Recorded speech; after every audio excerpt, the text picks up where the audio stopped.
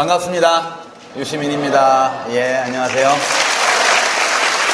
몇 가지 오늘 수업 진행부터 시작해서 이번 학기의 강의 진행을 위해서 몇 가지 규칙을 좀 정했습니다. 그래서 우선 간단한 강의 소개와 이 강의 진행 방식, 그리고 원활한 강의 진행을 위해서 저와 여러분 모두가 함께 공유하고 존중하고 지켜야 될 강의 진행 규칙, 이런 몇 가지에 대한 말씀부터 드리도록 하겠습니다. 여러분들을 이렇게 만나게 돼서 반갑습니다. 다 아시겠지만 제가 대학에서 경제학 강의를 마지막으로 한 것이 약 7년 전입니다. 7년 만에 다시 대학 강의실에 서게 되었기 때문에 저로서는 좀 긴장되고 걱정도 많고 좀 가슴이 좀 두근거리기도 하고, 저 개인적으로는 또 새로운 도전과 같은 그런 의미를 가지고 있어서 여러분들을 이렇게 첫 학기에서 만나게 된 것에 대해서 굉장히 감사하고 기쁘게 생각합니다. 저는 우선 강사가 자기를 소개를 해야 되겠죠. 저는 이제 1959년생입니다. 이제 우리 나이로 50이죠. 여러분들하고 한 30년 정도 혹은 20, 한 7, 8년 이렇게 차이가 납니다. 제 딸이 고3이니까 한 세대만큼 차이가 나는 것 같습니다.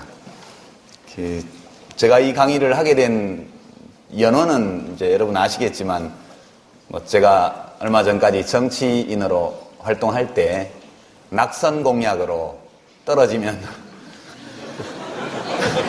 대구에 있는 대학에서 강의하겠습니다 이렇게 이야기한 것이 지켜야 될 약속이 되어버려서 그렇게 하다 보니까 고맙게도 경북대학교 학교 당국에서 또 시간 강의를 허용을 해줘서 이렇게 오게 되었습니다.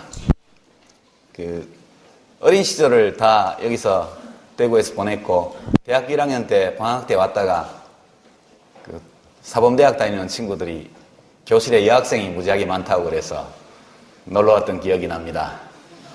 와서 보고 야, 좋겠다. 예, 제가 들어간 학교는 계열 모집을 할 때 530명을 뽑았는데 여학생이 1명밖에 없는 대학이었습니다. 예, 그때 그 학교는 공과대학을 통틀어 여학생 하나, 사회과학대학을 통틀어 여학생 하나, 그렇게 한 500명 중에 1명 정도의 비율로 여학생이 있었습니다. 그 뒤에 20년, 30년 동안 우리 땅의 여성들이 이룬 학문적 약진, 정말 놀랍죠? 예, 칭찬할 만한 일입니다. 대학을, 서울대 경제학과를 다니기만 했습니다. 공부한 거는 별로 없고, 예, 이제 돌 던지러 댕기고 하느라고. 예. 이제 입학은 1978년도에 입학을 했는데 졸업은 91년도 여름에 졸업을 했습니다. 중간에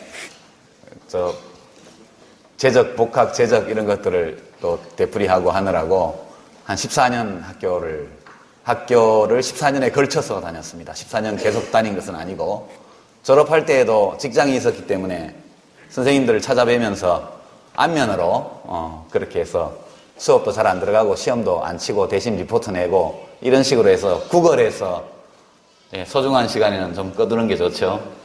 핸드폰은 진동이나 혹은 그냥 꺼두시는 게 제일 좋습니다. 그렇게 해서 학교를 서류상 졸업을 했고, 그때까지 경제학에 대해서는 거의 이해하는 바가 없었습니다. 솔직히 말씀드려서 여러분도 그때의 저와 비슷한 상태에 있지 않을까 짐작합니다. 그리고 92년도에 독일을 가서 금속활자를 발명한 구텐베르크, 그가 마인츠 자유시에 살던 사람인데, 지금도 여러분 중에 배낭여행을 가는 분들은 라인강 유람선 출발하는 곳이 마인츠시입니다. 여름에 배터에 나가보면 영수야 철수야 부르는 한국 학생들의 목소리가 많이 들리죠. 그 대학에서 경제학을 다시 공부를 하고, 우리 석사에 해당하는 디플롬이라고 하는데 하고, 그리고 이제 박사는 못 따고 그냥 왔습니다. 왔는데 독일에서 경제학 공부를 처음부터 새로 몇 년간 한 셈입니다. 그리고 이제 그 다음에는 뭐 아시다시피 뭐 신문 방송에도 좀 얼굴을 왔다 갔다 내밀고 국회의원도 하고 장관도 하고 뭐 이렇게 했다가 지금은 해고돼서 비정규직 교수 노동자로 여러분 앞에 서 있습니다. 현재 직업은 제가 이따 명함을 하나씩 드릴 텐데요. 자기 소개용 명함이 아니고 앞으로 우리가 활용하게 될 동영상 게시판 안내 삼아 제 명함을 하나 선물로 준비를 해왔습니다. 이따 우리 조교들이 여러분께 나눠드릴 겁니다. 뭐 이런 정도 제 소개를 하고 이제 여러분들이 저한테 여러분 자신을 좀 소개하셔야죠. 먼저 우리가 우리 자신을 좀 알 필요가 있습니다. 이 강의실에 도대체 어떤 학생들이 400명 수강 신청을 했는지 서로를 알아야 왜 저 담당 교수가 강의를 이런 식으로 진행하는지 여러분이 이해하실 것 같습니다. 먼저 학년별 구성을 한번 볼까요? 1학년 한번 손 들어 보십시오. 정직하게 들어요? 예. 아직 덜 들은 것 같아요. 이거보다 더 많습니다. 1학년이. 2학년. 3학년. 3학년이 많네요. 4학년. 4학년이 많은 것은 이제 한 학기 마치면 졸업하기 때문에 다음 학기부터 저를 볼 수 없어서 그런 단기 수요가 많은 탓으로 이렇게 생각을 하겠습니다. 3, 4학년이 좀 많고 1, 2학년도 상당 숫자가 있습니다. 그 다음에 전공별 구성을 한번 볼까요? 우선 경상계열이라고 그러나요? 하여튼 경제, 경영 등등 이런 쪽에 속하는 학생들 손을 한번 들어보십시오. 숫자가 꽤 되죠. 그 다음에 이제 인문사회 분야, 소위 말하는 문과로 통칭되는 그런 전공을 하는 학생들 중에 지금 막 손들었던 경제경영 쪽을 제외하고 나머지 손을 한번 들어보십시오.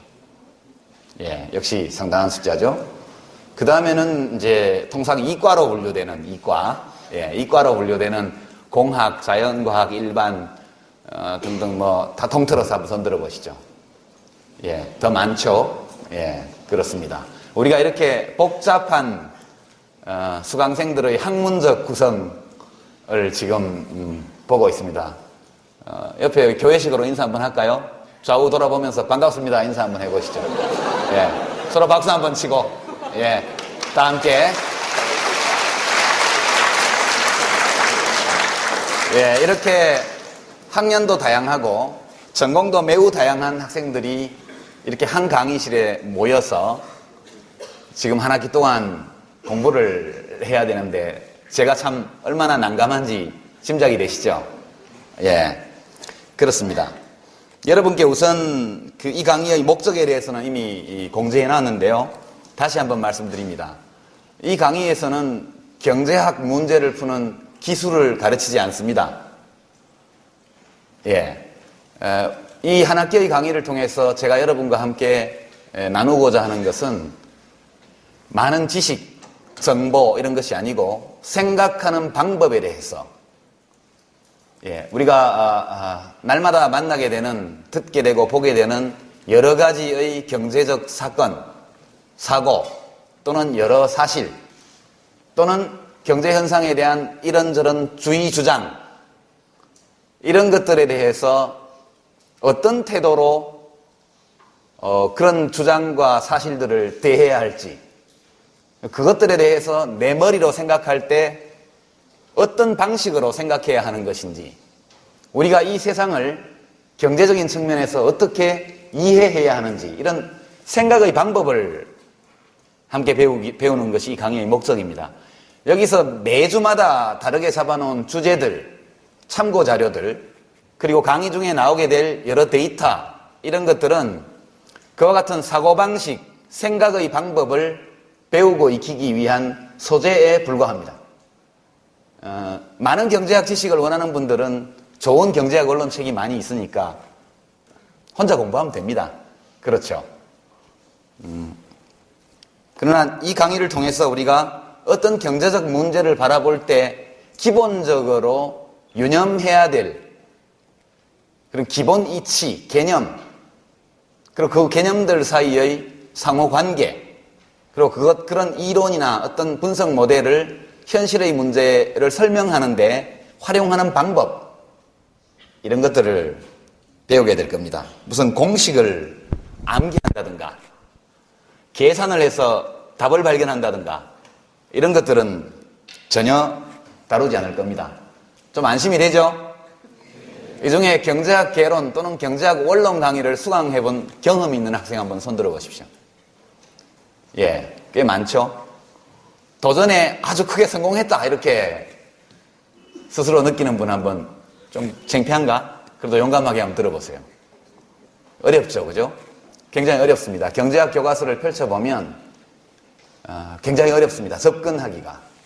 그래서 여러분들이 되게 공포감을 좀씩 가지고 있을 겁니다. 경제학에 대해서. 그리고 경제학에는 수학이 많이 사용되고 있어서 아주 방정식이라든가 이런 것만 나오면 눈앞이 캄캄해지고 갑자기 머리 회전이 안 되고 막 모니터에 모래시계가 계속 뜨는 이런 학생들은 굉장히 걱정을 하셨을지 모르지만 이 강의실에서는 특별한 수학에 관한 지식을 요구하지 않습니다.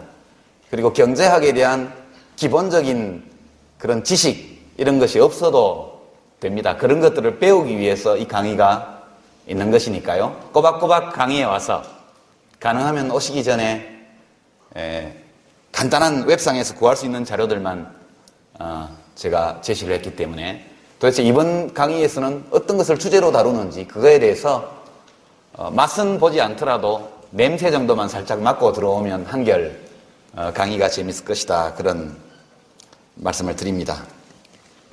수강 신청과 관련해서 많은 질문과 메일을 받았습니다.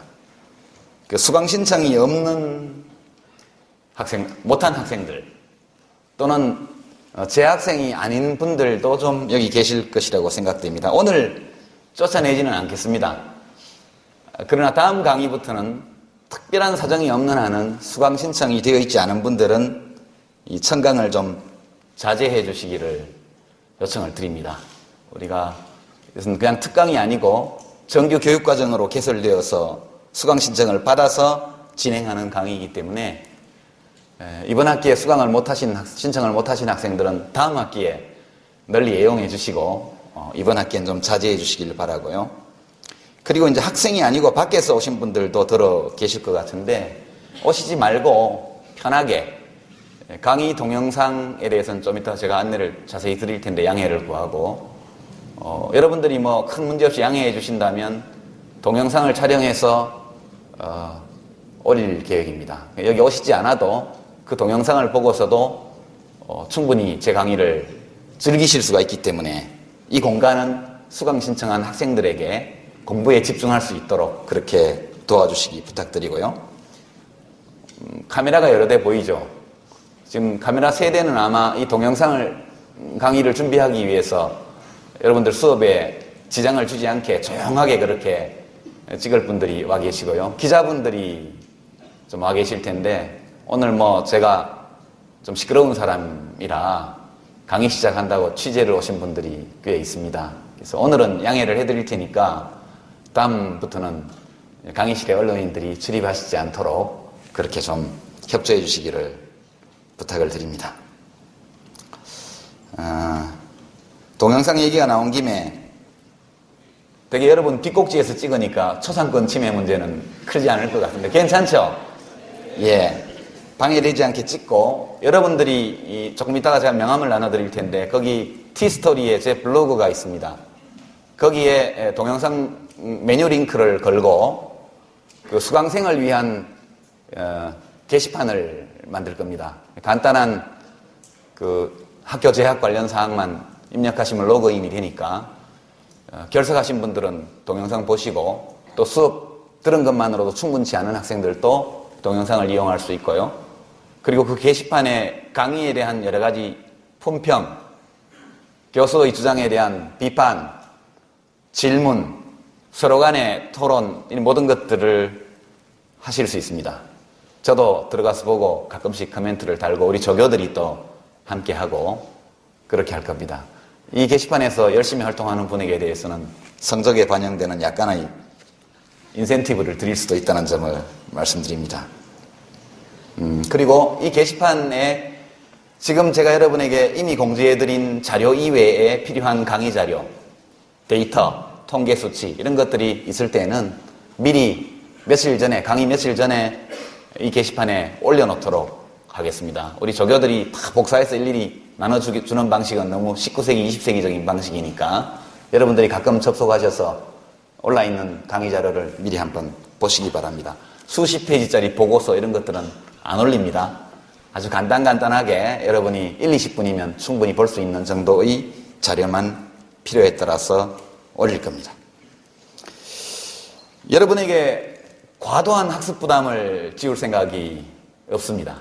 여러분에게 제가 요구하는 것은 수업 시간에 꼭 들어와서 집중해서 이야기를 나누자는 것이죠. 그런 정도로 충분할 것으로 저는 생각하고 있습니다. 그래서 이 수강생이 많은 강의이기 때문에 여러 가지 출석 점검부터 시작해서 여러 가지 일이 많습니다. 그래서 제 일을 도와줄 조교를 2사람 대학에서 지금 배치를 해줬습니다. 그래서 조교 소개를 한번 하죠. 우선 지명주 조교, 손 한번 흔들어줘요. 잘 봐두십시오. 그 다음에 서경미 조교 어디 계신가요? 저쪽에 계시네요. 조금 이따 이 2분 조교들의 이메일 주소를 제가 여기 적어 놓도록 하겠습니다. 여러분 꼭 메모해 가셔서 궁금한 사항이 있을 때는 저한테 무조건 이메일 보내시지 말고, 저도 이제 바빠가지고 참 이메일이 오면 답장을 안 보내기도 그렇고 보내려면 한정이 없고 그렇습니다. 먼저 좀 조교들과 소통하시고 거기서 미진한 문제들은 또 저하고 대화하시고 이렇게 해주시길 바랍니다. 여러분들에게 그 강의 자료 유인물이 배포됐나요? 그거하고 지금 강의 자료하고 조금 녹색으로 되어 있는 게 제 블로그 주소와 이메일 주소가 나와 있는 명함입니다. 저 명함은 여러분에게 기념품으로 드리는 건데요. 한 30장밖에 준비 안 해왔는데 2장씩까지만 안 됩니다. 하나만, 한 사람이 하나씩만 가져주시고, 좀 예쁘게 만들었으니까 책상 위에 놔두고, 아니면 즐겨찾기에 블로그를 설정을 해주시던가 그렇게 해주시고요. 여기 제시된 자료들은 100% 다 인터넷에서 구할 수 있는, 무료로 구할 수 있는 자료들입니다.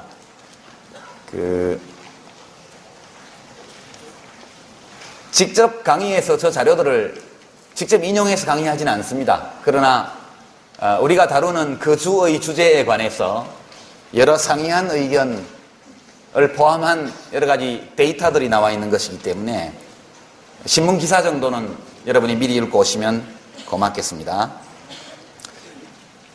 그리고 단행본 책이 강의 참고 자료에 들어가 있는데 제가 쓴 책이거든요.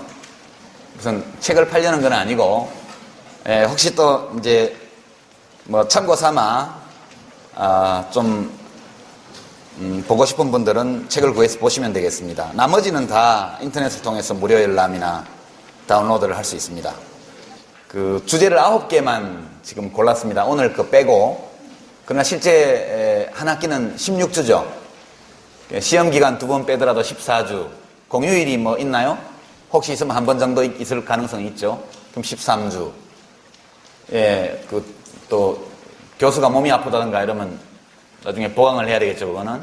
13주인데 약간 여유를 둔 것은 어떤 주제들은 다루다 보면 시간이 부족할 수도 있고, 경우에 따라서는 요점 정리가 특별히 필요한, 특히 시험을 앞두고 그럴 수도 있기 때문에 다소 여유를 뒀습니다. 진행해 가면서 시간이 남게 되면 지금 공지하지 않은 다른 주제에 대해서도 한 번 정도 또는 2번 정도 다루게 될 것입니다. 강의 진행 방식은 이렇게 됩니다. 우선 출석 체크인데, 오늘은 출석을 부르지 않겠습니다. 오늘은 그냥 진행을 하고, 다음 주부터는 우리 조교들이 여러분이 입장할 때 특별한 표식 또는 암호가 들어있는 쪽지를 나눠줄 겁니다. 아마 그 암호는 우리 조교들의 서명이 아닐까 싶은데요.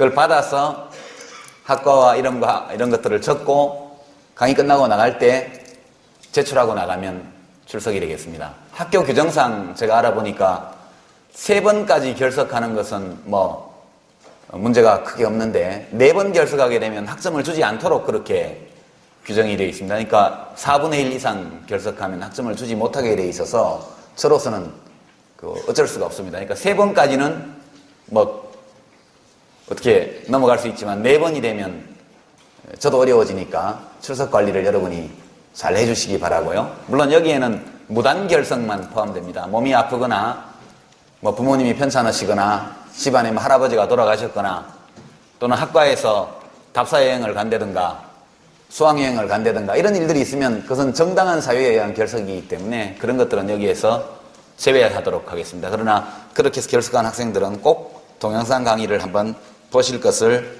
요청을 드립니다. 출석은 그래도 약간 뭐든지 인센티브가 있어야 열심히 하니까 출석하면 감점하지 않겠습니다.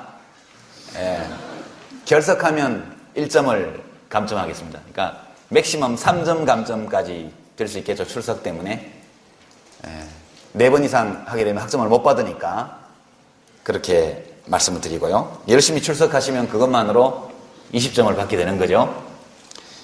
그럼 매번 강의는 60분 정도, 강의는 3시 정각에 시작하겠습니다. 우리가 이렇게 주말에 늦은 시간이기 때문에 3시 정각에 시작해서 약 60분 정도 그날의 주제와 관련된 강의를 합니다. 제가.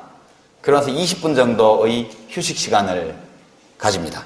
그리고 나서 후반부에 가서 질문, 여러분들의 질문, 주장, 논평, 무엇이든 괜찮습니다. 그날의 강의 주제와 관련되어 있는 것이라면 단순히 강의 중에 들은 이야기 중에 이해가 안 된다 이런 것도 좋고 또는 이것은 나는 생각이 다르다 이런 것도 좋습니다. 이런 것들을 쪽지에 적어서 조교들에게 내주시면 후반부 강의 들어갈 때 곧바로 소개를 하고 또 나와서 발언도 하고 제가 그에 대해서 추가적인 설명이나 또는 답변도 드리고 또 여러분들이 이야기할 게 있으면 나와서 이야기도 하시고 수강생이 많아서 어려움이 좀 있긴 하지만 또 이렇게 하는 것도 괜찮지 않을까 이렇게 생각합니다.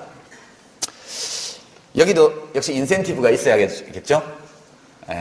여러분들은 되도록 전반부 강의에서는 뭐 조금 자제해 주시면 좋지만 거기도 괜찮습니다. 듣다가 이상한 게 있으면 손을 조용히 들어주세요. 계속 들고 있으면 긴급한 발언이 있나 보다 해서 제가 발언권을 드릴 테니까 몰라서 묻는 것은 죄가 아니죠. 모르면서도 아는 척하는 게 죄입니다.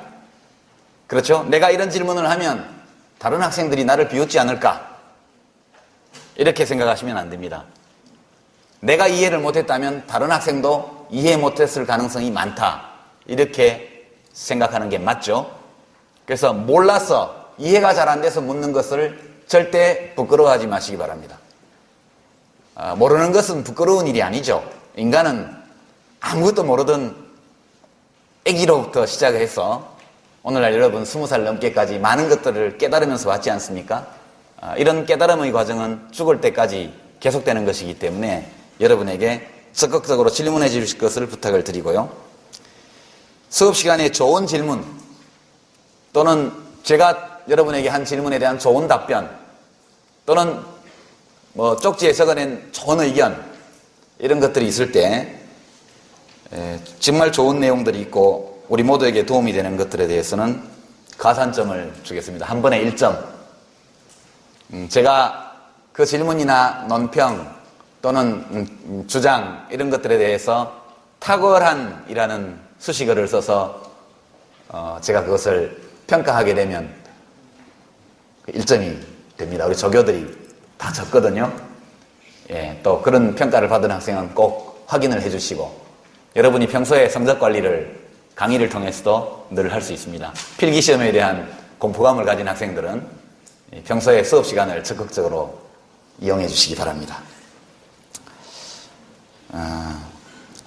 2부 후반부 강의가 대충 질문, 대답, 토론 등이 끝나고 나면 제가 그날의 강의의 요점을 다시 한번 짤막하게 정리하고 그렇게 해서 그날의 강의를 마치도록 하겠습니다. 강의 시간에 미처 풀리지 않은 문제는 조교들이나 저에게 이메일을 보내서 용건을 해결해 주시기 바랍니다. 중간고사는 리포트로 대체한다 이렇게 제가 미리 예고를 했는데요. 그렇게 하겠습니다. 중간고사는 20점으로 하겠습니다. 20점인데 중간고사 배점이 너무 크면 또 중간에 좌절감을 느끼는 학생들이 있으니까 20점을 하도록 하겠습니다. 이 리포트는 간단합니다. 매주 강의 시간에 다루어졌던 그 주제, 그 강의 내용과 관련해서 여러분이 이것이 핵심이다, 핵심적으로 중요하다, 또는 이것이 나에게 굉장히 큰 깨달음의 기쁨을 주었다 등등 하여튼 강의의 핵심과 관련해서 여러분의 생각을 A4지 한쪽 이내로 정리하는 겁니다. A4지 한쪽 이내로 여러분들에게 제가 지금 복습을 강요하는 것이죠. 여러분들이 거의 예습을 안 하고 들어오실 거기 때문에 제 짐작에 복습이라도 꼭 하셔야 돼요. 그래서 강의가 끝나고 나서 그 기억이 다 지워지기 전에 그날의 강의에 대해서 여러분이 요약하는 겁니다. 핵심을. 글씨 크기는 12포인트. 그까지 제가 노안이 좀 와서 10포인트, 9포인트 적으면 못 봅니다. 그러니까 12포인트 글씨 크기로 해가지고 글씨체는 좀 평범한 걸로 해주세요. 이렇게 삐딱삐딱한 거 이런 거 하면 곤란합니다. 좀 평범한 글씨체로 12포인트로 A4지 한 장 이내로 그렇게 되면 우리가 중간고사 전에 근데 5번의 강의를 하게 되면 오늘 거는 안 하셔도 됩니다. 오늘 거는 안 하셔도 되고요. 다음 주부터. 그러면 한 너댓 장 정도의 리포트를 제출하시게 될 겁니다. 그걸 가지고 평가를 해서 중간고사 점수 만점 20점에 이렇게 매기도록 하겠습니다. 기말고사는 60점으로 하겠습니다. 기말고사는 예고된 대로 오픈북입니다. 이 오픈북 시험은 뭘 테스트하는 거냐? 이것은 암기력을 테스트하는 시험이 아니죠. 오픈북 시험은 제한된 시간 안에 여러분이 동원할 수 있는 자료 또는 기억 이런 것들을 다 동원해서 주어진 과제에 대해서 자기의 소견을 정리하는 능력을 테스트하는 겁니다. 저는 학부 교육과정은 이 정도의 테스트로 충분하다 그렇게 생각하고 있습니다. 아무리 참고 자료가 옆에 쌓여 있어도 뭐가 어딘지를 모르면 찾을 수 없죠. 그 시험 유형은 뭐 대입 수능 시험 스타일로 객관식으로 할지 아니면 숫자가 너무 많아서 그런 생각도 좀 하고 있는데 아니면 서술식으로 할지 뭐 두 가지를 좀 섞을지 이런 것들은 앞으로 좀 고민을 해보고 결정되고 나면 여러분에게 말씀드리도록 그렇게 하겠습니다. 기말고사는 맨 마지막 주 시험 기간에 치게 되죠. 12월 아마 한 초순 정도 되나요? 하여튼 정해진 시간에 치겠습니다. 치고 1시간짜리 시험입니다. 기말고사는 1시간짜리 시험을 보고 여기서 시험을 볼 수 있을지 모르겠는데 그것은 학교하고 상의해서 흩어서 시험을 보든가 이렇게 한 다음에 시험이 끝나면 다 모입니다. 모여서 문제풀이를 해야 돼요. 이게 굉장히 중요합니다. 왜냐하면 저도 학교를 다녀봤고 또 그 전에 다른 학교에서 강의를 해봤지만 이렇게 수강생이 많은 강의는 평가가 굉장히 힘듭니다. 그리고 이제 상대평가 제도라서 뭐 A에서 C까지 비율을 딱 정해놨더라고요. 그래서 제가 다 A를 주고 싶어도 여러분이 열심히 했기 때문에 규정상 그럴 수가 없어서 이 학점 또는 뭐 평가의 결과에 대해서 여러분들이 승복이 돼야 됩니다. 통상 문제풀이를 하지 않으면 내가 굉장히 잘 썼구나 이렇게 생각을 하고 A+를 기대하고 있다가 나중에 B가 나오면 굉장히 배신감을 느끼게 되거든요. 그래서 뭐 불가피하게 상대평가이기 때문에 좋은 학점을 받는, 평점을 받는 학생도 있고 그렇지 못한 학생도 있겠지만 좋으면 좋은 대로 좀 덜 좋으면 덜 좋은 대로 그것이 마음속에 승복이 되어야 한다고 저는 생각합니다. 그래서 문제풀이를 한 1시간 정도 하면 내가 이런 정도 썼구나. 내 생각에는 잘 썼다고 생각했는데 아니었구나. 이런 것들을 여러분 스스로 좀 확인을 할 수 있을 것 같아요. 그죠? 그래서 시험을 보고 나서 나는 어떤 학점이 나와도 마음속으로 다 승복하겠다. 이런 분들은 그냥 가시고 그리고 최후의 한순간까지 비싼 등록금 내고 공부하는 데니까 배우자 이런 학생들은 꼭 오시기 바랍니다. 그날도 출석 체크는 합니다. 그리고 만약 서술식으로 무언가를 쓸 때 리포트를 내거나 또는 기말고사에서 서술식 문제에 대한 답을 쓸 때 똑같은 글이 나오면 안 되겠죠? 그죠? 똑같은 내용이 나오는 것은 좋습니다. 좋은 내용이 똑같이 나오는 것은. 그러나 똑같은 문장 구성, 똑같은 어휘, 똑같은 표현 방식 이런 것이 나오면 표절을 의심할 수밖에 없죠? 그죠? 우리 공부하는 사람들에게 표절은 곤란하죠. 그래서 똑같은 게 나오면 둘 다 아주 나쁜 평가를 주도록 하겠습니다. 여러분들 스스로 생각하고 스스로 적는 것이 여러분들의 지적 성장에 도움이 된다, 이런 말씀을 드리겠습니다. 대체로 강의 진행 방식이라든가 이런 것들은 이제 감이 잡히죠. 어떻게 진행되리라는 것. 혹시 강의 진행에 관한 질문이나 불만 뭐 등등 있는 학생 손 한번 들어보세요. 혹은 제안 없습니까? 예, 좋습니다. 워낙 잘 안내를 했기 때문에 그런 걸로 알겠습니다. 그럼 지금부터 간단하게 강의 주제 소개를 하고 앞으로 우리가 9주 동안 다루게 될 주제들에 대해서 간단한 안내를 하겠습니다. 그리고 나서 잠깐 쉬고 오늘은 휴식을 한 10분 정도만 하겠습니다. 여러분들이 뭐 안내 받는데 긴장하고 받을 이유는 없으니까 여러분의 긴장도가 간단하게 명료하게 그 중간고사를 그 리포트 방송하셨는데 그거를 4시간 끝나고 다음 시간에 콘텐츠 받는 것이 아니에요? 예. 한꺼번에 중간고사 기간에 한꺼번에 받겠습니다. 그리고 중간고사를 보는 주는 여러분들이 시험 엄청 많이 보고 금요일 오후인데 그죠? 또 와가지고 수업 받는다 이러면 좀 짜증날 것 같아요. 그래서 공식적으로는 그 시간에 리포트를 쓴 걸로 하고 중간고사 기간 한 주는 휴강하겠습니다. 그거 빼먹었네요. 예. 되겠죠? 예. 중간고사 기간에, 중간고사가 있는 주에 금요일까지가 제출 마감입니다. 리포트는. 예. 그렇게 하도록 하겠습니다. 예. 아까 손들어를 할 때 안 들더니 꼭, 앞으로는 뒷북을 치지 마세요. 예. 강의 주제 소개를 하겠습니다. 제2강 2주차 강의 두 번째 주제가 공공선택 또 새만금 대운하 이렇게 되어 있죠. 자료는 대운하에 관한 것만 나와 있습니다. 여러분이 이게 되게 오마이뉴스에 있거나 뭐 누구 블로그에 올라 있거나 이런 글들이니까 이건 제가 볼 때는 한 30분 정도 투자하면 다 읽을 수 있을 것 같아요. 여러분이 이 자료들을 읽으면서 그 내용에 집착하지 마세요. 그냥 읽어보고 기억나는 것은 기억하고 기억이 잘 안 되는 거, 저장이 안 되는 건 잊어버리셔도 됩니다. 도대체 이 대운하에 대해서 사람들이 어떤 논리로 찬성 또는 반대를 해놨는지만 읽을 때 이해하면 그만입니다. 이 주제에서 우리가 다루고자 하는 것은 왜 국가가 무슨 일을 할까라는 주제입니다. 국가가 왜 무슨 일을 하는 걸까? 새만금도 국가가 벌인 일이죠. 오늘 보도를 보니까 어제 농지 비율을 70%에서 30%로 줄였다. 처음에는 논 만들려고 사업한다 이렇게 얘기했는데 지금 그렇게 됐죠. 한반도 대운하, 도대체 왜 국가가 이 일을 하려는 걸까? 왜 국가는 경제 생활에 개입하는 걸까? 나중에 우리가 민영화 주제를 또 하나 여기 접어두고 있습니다만 국가가 경제활동을 하는 이유가 뭐냐? 이것이 다음 주에 강의 주제입니다. 아주 당연해 보이죠?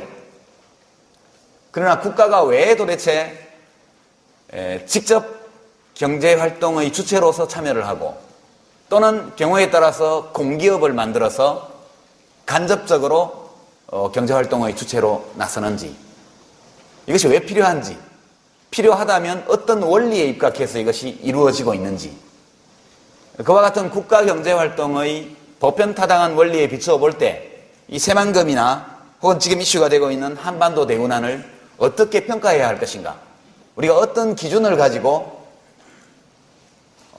이것을 평가할 것인가 이런 것들에 대해서 우리가 검토하게 됩니다. 이제 기자분들이 오늘은 제가 스케치 삼아 이걸 하면 경북대학교 홍보도 좀 되고 감사한 마음으로 제가 취재 협조를 합니다만 이제 오늘이 마지막이고 다음 주부터는 동영상을 기자분들도 참조해 주시기 바랍니다. 똑같이 보시게 되니까요. 예, 이제 그렇게 해주시고, 혹시라도 유시민이라는 사람이 강사로 와가지고 무슨 정부를 되게 두들겨 패는 그런 정치 강연을 하지 않을까, 이런 기대 때문에 오신 학생이 있다면 지금도 수강 취소의 기회가 남아있다는 말씀을 드립니다. 우리는 공부하기 위해서 모였습니다. 되게 제가 여러분에게 제공하는 것은 어떤 문제에 대해서 여러분 스스로 판단을 형성할 때 결론적으로 어떤 판단을 내리든 간에 반드시 참고해야 될 학구적인 또는 학문적인 논리적인 기준과 근거, 이런 것들에 대한 지식을 여러분께 드리는 것입니다.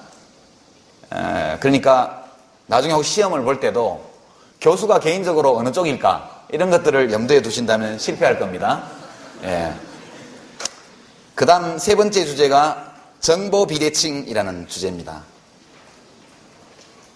이거는 주의 깊게 글을, 신문기사나 이런 것들을 읽는 학생들 중에는 이 용어를 들어본 적도 있을 겁니다만, 정보 비대칭이라는 건 이런 겁니다. 어떤 사람들이 계약을 하는데 그 계약의 성립에 매우 중요한 역할을 할 수밖에 없는 어떤 정보가 거래 쌍방 모두에게 주어지는 것이 아니고 한쪽에만 있는 겁니다. 이것은 이제 참 우리가 경제학 원론 시간에 배우는 것과는 전혀 다른 상황이죠. 한 예를 들면, 여러분은 아직 돈벌이를 못하니까 중고차를 사본 적이 없겠죠. 중고차를 사러 가면 참 망설여집니다. 시운전을 해봐도 이 차가 엔진이 튼튼한지 잘 알기 어렵거든요. 중고차를 파는 딜러는 다 알고 있죠. 그렇죠? 이게 이른바 중고차 시장에서 일어난 역설적인 그런 현상입니다. 여러분이 만약 민영의료보험이 있어서, 지금도 있죠, 일부 부분적으로 하는, 가입하려고 할 때 나의 질병에 관한 나의 건강정보 내가 다 가지고 있죠. 보험회사는 모르죠. 이게 정보 비대칭입니다. 내가 얼마만한 질병 리스크를 갖고 있는 사람인지에 대해서 나는 알지만 보험회사는 몰라요. 그래서 민간보험회사에서 자꾸 보건복지부에다가 건강보험공단의 개인 진료 정보를 보험회사에 돌라, 이런 요구를 계속하죠. 신문에서 보셨죠? 그 요구가 왜 나오냐 하면 이런 정보 비대칭 때문에 나오게 되는 겁니다. 우리가 살고 있는 이 세상은 여러 시장으로 이루어져 있고 그 시장들 중에 많은 것들이 정보 비대칭성이 지배하는 시장입니다. 이 시장에 순진하게 국가는 시장에 개입하지 마라, 시장 기능에 다 맡겨라, 이렇게 하면은 정보를 가진 쪽이 정보가 없는 쪽을 착취하는 매우 불공정하고도 불평등한 거래가 일상적으로 일어나게 됩니다. 이런 경우에는 시장이 아예 나타나지 않을 수도 있고 형성되지 않을 수도 있고 시장이 제대로 작동되지 않을 수도 있습니다. 이런 문제들을 우리가 보는 겁니다. 이걸 다루고 나면 민영의료보험 도입, 활성화 또는 건강보험 당연지정제의 폐지, 이런 문제들이 과연 어떤 경제적 이해관계의 맥락에서 나오는 것인지, 이런 것들이 우리들의 경제적인 삶에 어떤 영향을 갖고 올 것인지에 대한 판단을 할 수 있는 근거들이 생기게 됩니다. 다음 이제 네 번째 주제가 환율. 요새 관습 많죠? 환율이 하루에 40원, 50원씩 오르기도 하고, 어제는 보니까 또 몇십 원 떨어졌던데, 1980년대 이전, 여러분이 세상에 나올 무렵, 그쵸? 여러분들이 되게 1997년, 8년, 9년생들이 많겠죠? 군대 갔다 온 늙은 복학생들은 좀 더 일찍 났겠지만, 여러분들이 세상에 나올 무렵에는 이런 것들에 관심을 가지는 사람이 거의 아무도 없었습니다. 무역에 종사하는 사람들을 빼면. 지금은 온 국민이 환율에 관심을 가지고 있죠. 우선 제일 큰 관심을 가진 사람들이 기러기 아빠들, 그죠?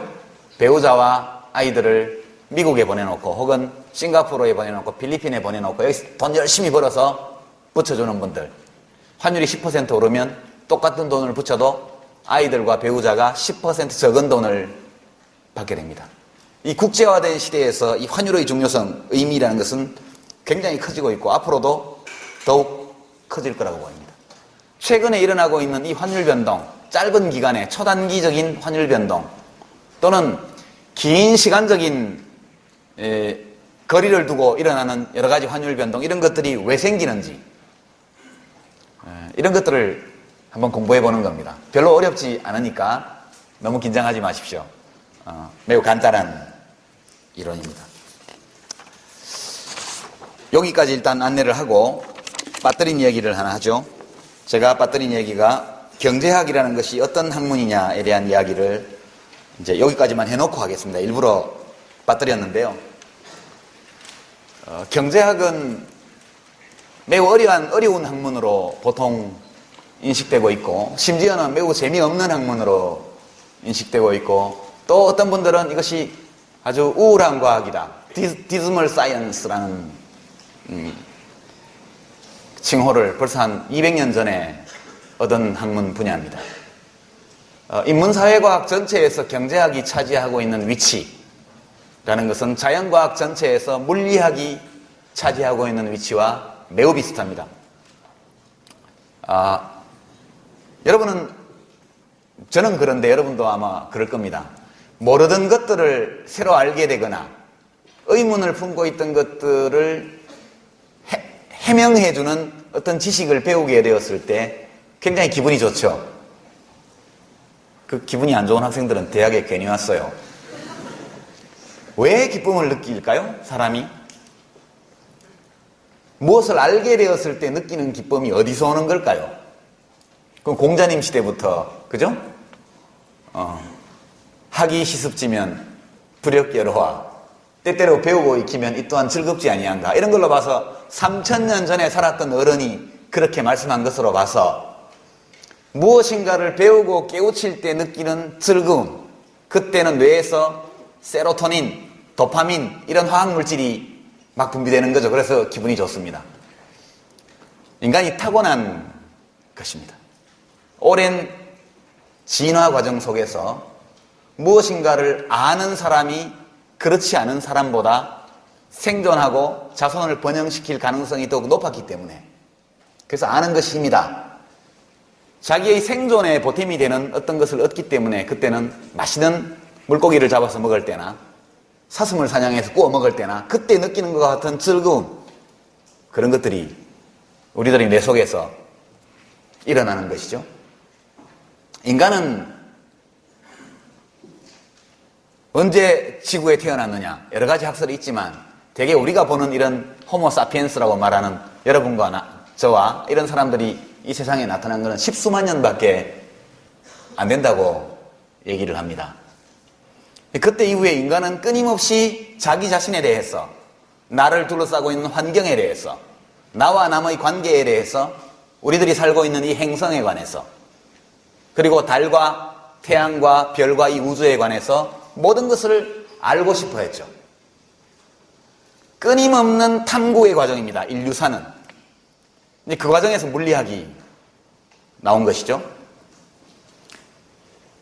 이따 강의를 하게 될 텐데, 경제학을 공부를 하다 보면 도저히 마음속으로 승복이 안 되는 그런 명제들을 만나게 됩니다.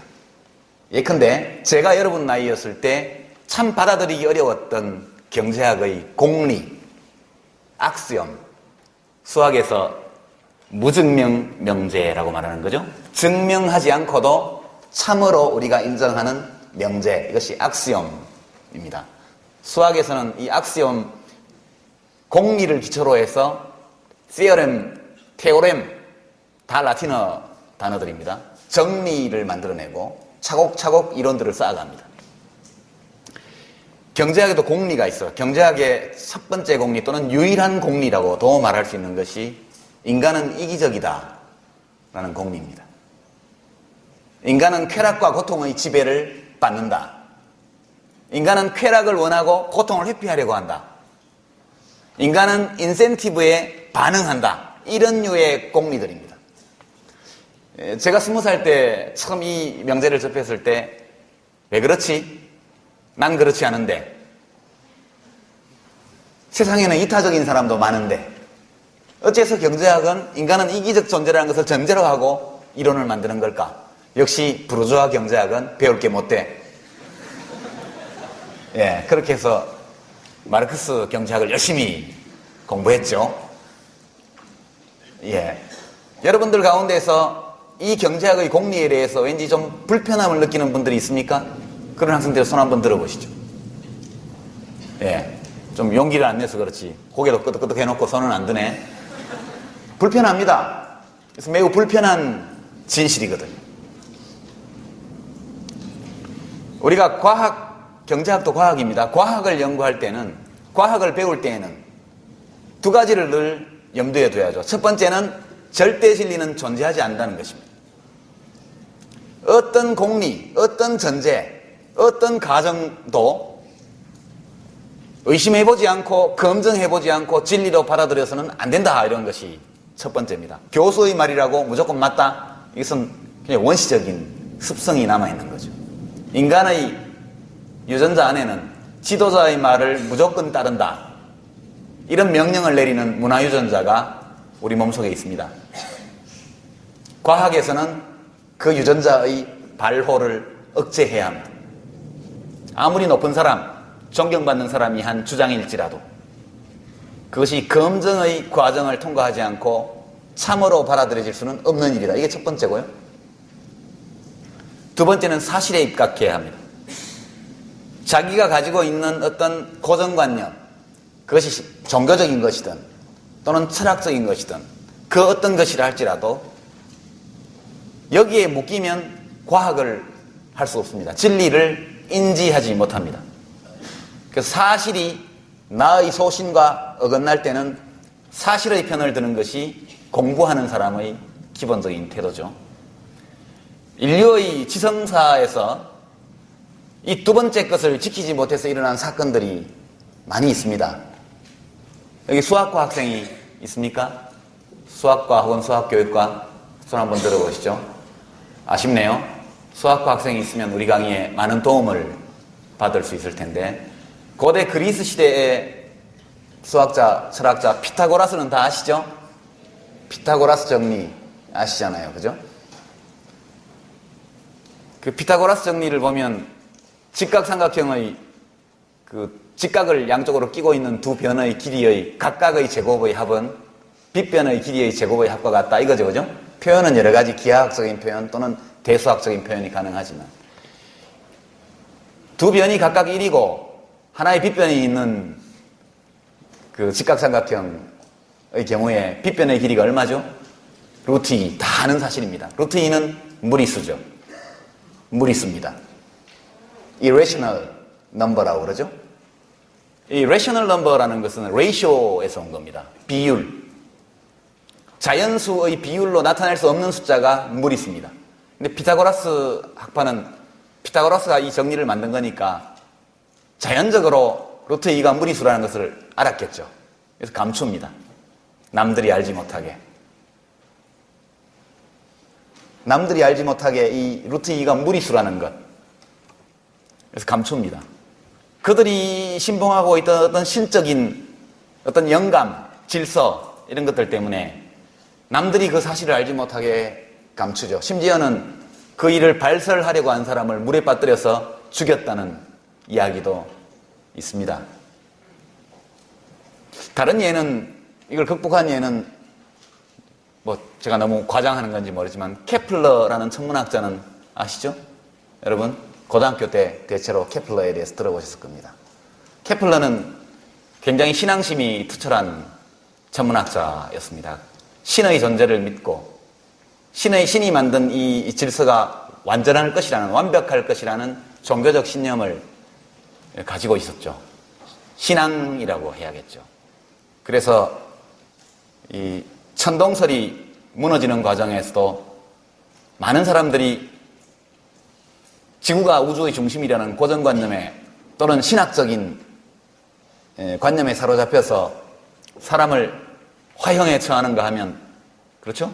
지동설을 주장한 사람을 화형을 시키고 브루노 같은 과학자를 화형시킵니다. 갈릴레오를 종교법정에 세우죠.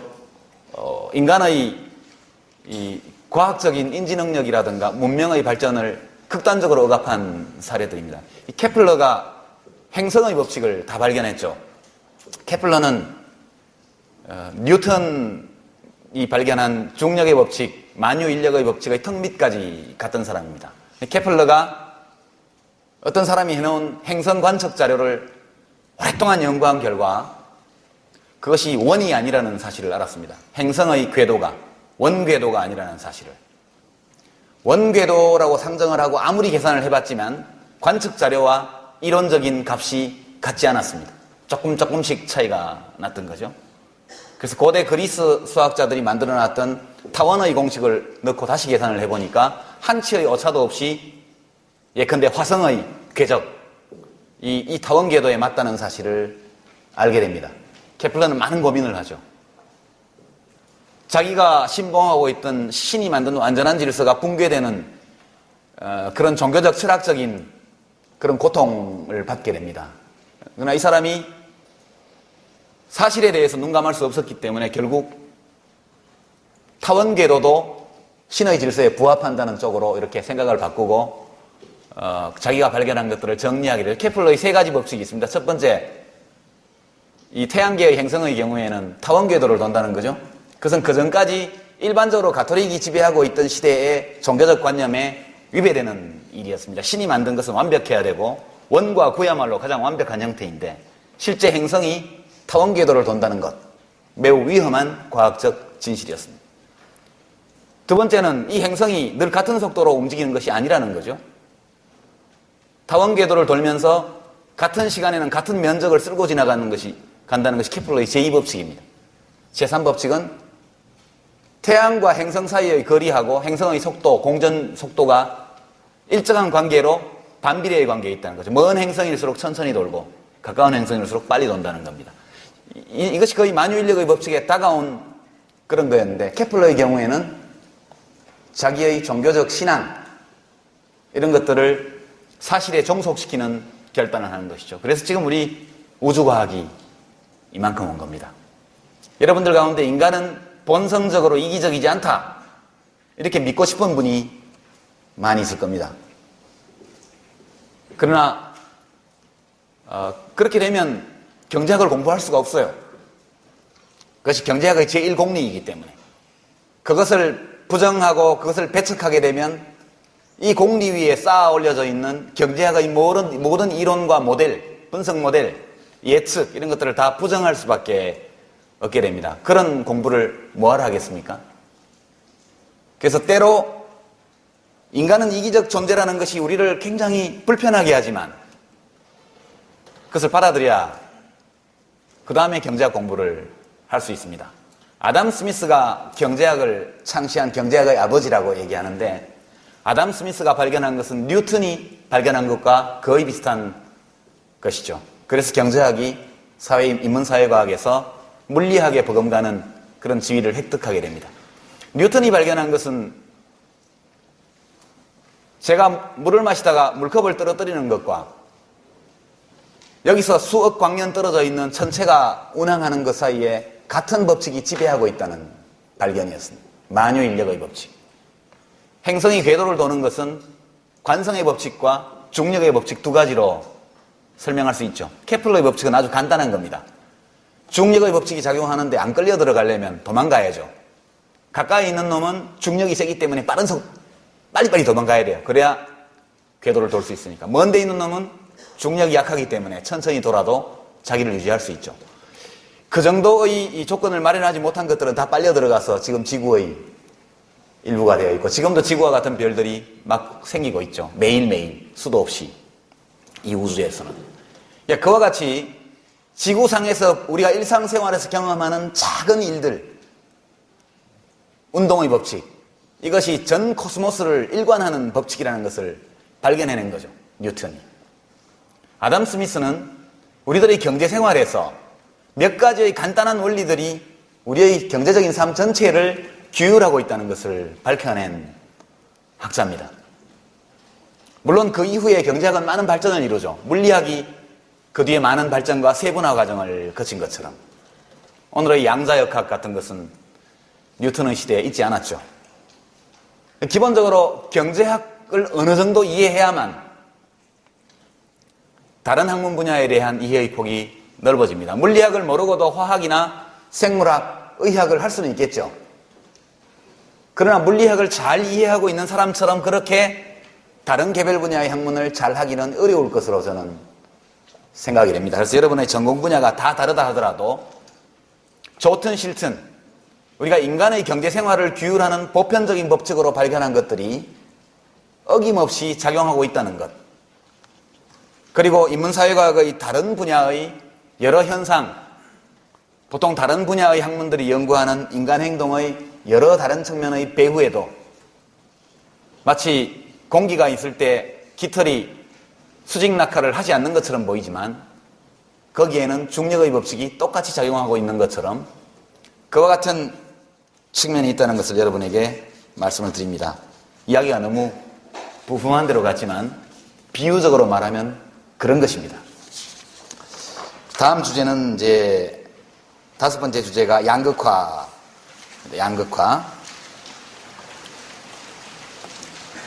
양극화의 원인 또는 소득격차의 원인, 이런 것들을 우리는 공부하게 될 겁니다. 여러분은 소득격차가 무조건 나쁜 것이다 이렇게 생각하시죠? 보통 그렇게 말합니다. 우리 언론 보도를 보면 양극화는 무조건 나쁜 것으로 나옵니다. 차이가 없다면 좋을 것이다. 그렇지 않죠. 만약 아무런 차이가 없다면 누구도 노력하지 않겠죠. 재미삼아 노력하는 사람이 아니라면.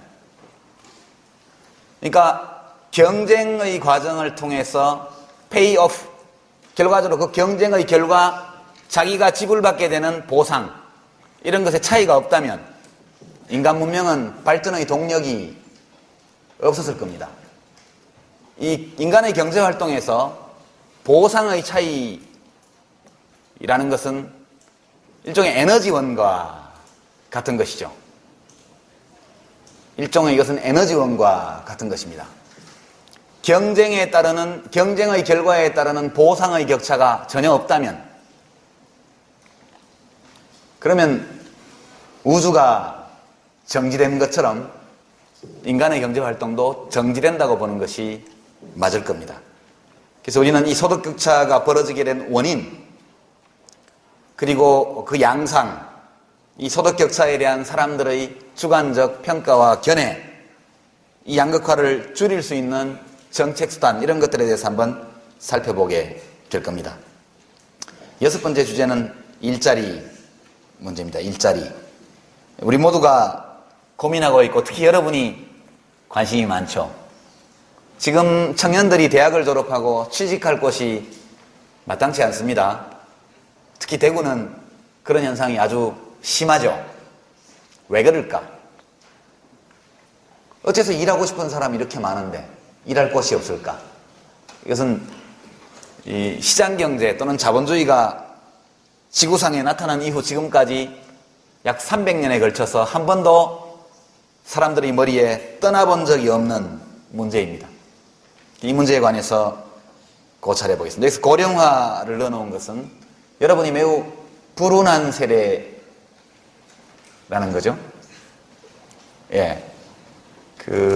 생물종은 다 그렇습니다만 모든 생물종의 행동 양태나 삶의 조건에는 개체 숫자가 영향을 미칩니다. 일반적으로 자연에는 그 부모가 양육할 수 있는 것보다 많은 자녀가 태어나는 경향이 있습니다. 그래서 경쟁이 한 배에서 난 새끼들 사이에서부터 최초의 경쟁이 시작되죠. 인간도 마찬가지였습니다. 그 부모가 먹여 살리고 교육시킬 수 있는 것보다 과거에는 훨씬 많은 아이들을 낳았죠. 높은 유아 사망률, 전염병, 빈곤, 기아, 이런 것들로 인해서 사람들이 많이 죽기 때문에 많이 낳는 것이 효과적인 전략이었죠. 지금 한국 인구 구성은 아주 극적으로 변화하고 있습니다. 이렇게 빠르게 사회적 인구 구성이 변화한 사례는 인구 통계가 시작된 이래 전 세계적으로 한 번도 없었습니다. 대한민국이 지금 전 세계 인구 역사상 전례 없이 급격한 사회적 인구 구성의 변화를 경험하고 있는 나라입니다. 이런 인구 구성의 변화 과정에서 보면 어떤 세대는 상당히 행운을 타고나기도 하고 어떤 세례는 굉장한 불운을 만나기도 합니다. 여러분들이 불운한 세례에 속합니다. 누가 기획한 것은 아니지만 일자리가 잘 나오기 어렵습니다. 특단의 대책을 세우지 않으면. 그래서 이 문제에 관해서도 함께 봐야 되기 때문에 고령화라는 문제를 넣어뒀습니다. 앞으로 한 10년 내지 20년 지나면 한국이 세우고 있는 이 사회적 인구 구성 변화의 속도, 세계 기록 깨질 겁니다. 깨는 나라가 어딜까요? 예, 중국입니다. 중국은 조만간 대한민국보다 훨씬 빠른 고령화 현상에 직면하게 될 겁니다. 중국 정부가 1980년대, 90년대 초에 걸쳐서 한국에 많이 왔죠? 연구자들이. 뭘 배우러? 박정희를 배우러.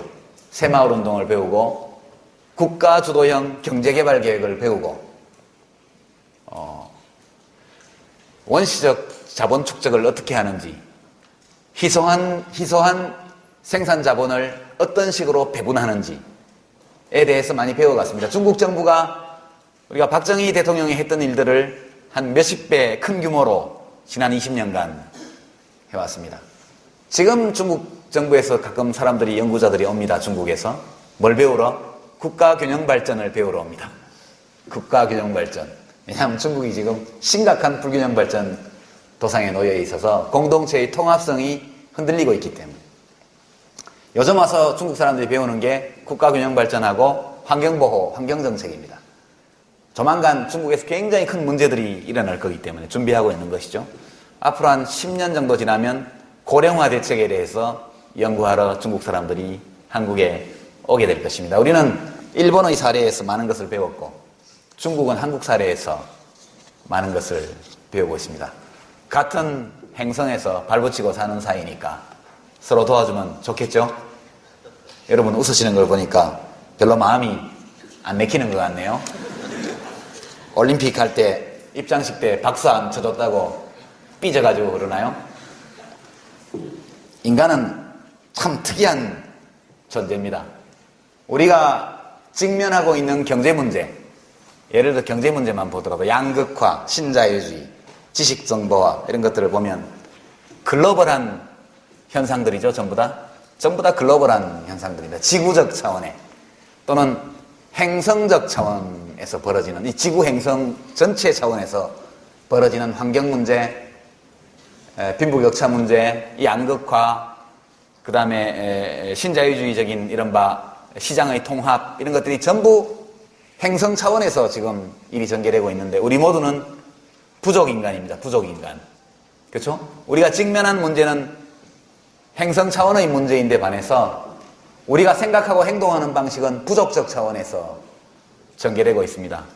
한중관계라는 것이 어떤 것인지 모르겠지만 어떤 운동선수 한 사람의 말 한마디, 행동 하나 이런 것으로 우리 몸속에 있는 부족 본능이 아우성을 치죠.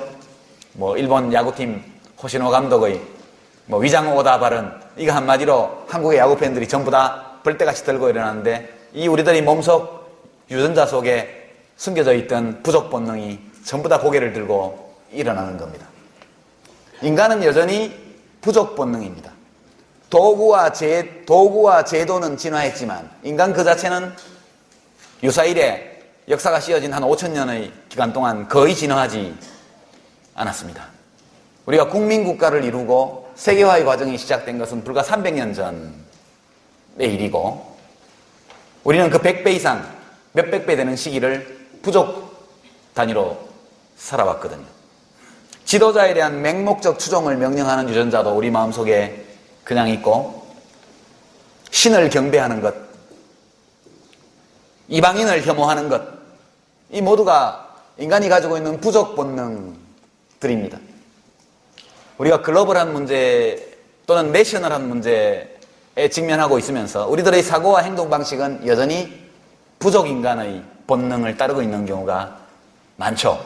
문명의 발전 수준, 산업적 번영, 이 모든 것들은 한 국민 국가가 그 국가를 구성하고 있는 개개인의 마음속에 들어있는 부족 본능을 잠재우고 내셔널한 국가적 차원에서 생각하고 행동하도록 어떻게 유도할 수 있느냐, 거기에 한 국가의 운명이 달려있고 지금 지구의 운명은 어떻게 사람들 개개인이 지구인의 차원에서 생각할 수 있느냐, 행성 전체를 놓고 생각하고 행동하게 만들 수 있느냐, 이걸 만들지 못하면 언젠가는 멸망하겠죠.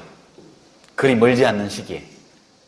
제임스 러블록이라는 학자가 주장하는 바에 따르면 21세기가 다 가기 전에 수십억 명이 죽을 것이라고 그럽니다. 환경재앙으로 인해서 남극과 북극 일부 지역에 소수만이 살아남고 대부분의 지구 표면에서 인간이라는 이 종 자체가 거의 사라질 것이다, 이렇게 예측하고 있습니다. 지금처럼 부족 본능에 따라서 행동하기를 계속한다면 사람들은 별로 심각하게 생각하고 있지 않죠. 여러분하고는 직접 관계는 없을지 모르겠는데 여러분들의 자녀와는 아주 깊은 관계에 놓일 수가 있습니다. 좀 이야기가 또 엇길로 갔는데 여하튼 이 양극화도 지금은 거의 지구적인 문제로 와 있습니다. 일자리, 지식정보화 시대의 지역발전론, 이게 이제 주로 대구와 관련된 얘기를 좀 하고 싶어서 이런 참고 자료들을 넣어놨습니다. 여러분들 대구가 고향이 아닌 학생들도 좀 있을 겁니다. 그러나 여러분들 중에 많은 수는 대구에서 태어나지 않았다 하더라도 대구에서 어린 시절을 보내고 여기서 지금 대학을 다니고 있고 좋은 일자리, 마땅한 그런 일자리만 있다면 계속 대구에서 살고 싶어 하는 분들도 많을 겁니다만 대구의 상황이 그렇지 않죠. 여기서 우리가 공부하려고 하는 것은 경제지리학이라고 할 수 있습니다. 어떤 지역의 경제적 번영을 가져오는 요인은 무엇인가? 한때 번영했던 지역이 경제적으로 몰락하게 만드는 요인은 어떤 것인가? 이런 것들에 대한 일반적인 연구 결과, 이런 것들을 함께 들여다보게 될 겁니다. 8번째 주제는 공기업 민영화에 관한 것입니다. 이 공기업이라는 것은 국가가 직접 기업을 설립해서 국민들에게 서비스나 재화를 공급하는 그런 기업입니다. 공기업은 왜 생겨날까? 또는 왜 생겨났을까? 공기업이 존재하는 것은 합리적일까? 그렇지 않은 다른 이유가 있을까? 이미 존재하고 있던 공기업이 어떤 환경, 어떤 기술적 조건에 처하면 없어져도 괜찮은 것일까? 또는 어떤 공기업은 영원히 공기업으로 남아있을 수밖에 없는 것일까? 공기업을 민영화 또는 사유화하게 되면 그 산업의 특성에 따라서 어떤 다른 일들이 벌어지게 되는 걸까? 이런 것들을 우리가 공부하는 시간이 되겠습니다. 9번째 주제는 부동산 투기와 조세정책. 이거 두 개는 원래 다른 문제인데 대한민국 최현대사 여러 특징 때문에 하나로 묶이게 됐죠. 여러분 며칠 전에 정부가 발표한 부동산 관련 세제, 양도세, 종부세 상한, 하한을 높이는 거, 그 다음에 상속세, 세율 내리는 거, 소득세, 세율 낮추는 거, 법인세, 이런 세제개혁 조처들의 발표를 보셨을 겁니다. 조세론 일반을 다룰 시간은 없을 것 같고요. 주로 여기서는 부동산 가격 문제와 관련된 조세정책을 제한적으로 다루겠습니다. 혹 시간이 남는다면 우리가 이 주제들을 제한된 시간에 충분히 소화해내고 시간이 여유가 있다면 조세 일반에 대해서도 한번 나중에 이야기할 시간을 갖도록 그렇게 하겠습니다. 10번째 주제는 아직 참고 자료가 하나도 안 올라 있습니다. 참고 자료를 발견할 수가 없었기 때문이죠. 제가 이런 주제 아래에서 이야기하고자 하는 것들과 관련해서 한글로 되어 있는 인터넷상에서 무료로 구할 수 있는 적절한 자료를 아직 하나도 찾지 못해서 지금도 자료를 찾고 있습니다. 자료가 발견되는 대로 여러분에게 공지해드리도록 그렇게 하겠습니다. 여기까지 일단 1시간 15분이 지났네요. 4시 반까지 휴식하고 4시 반에 오늘의 주제에 대해서 이야기하도록 하겠습니다.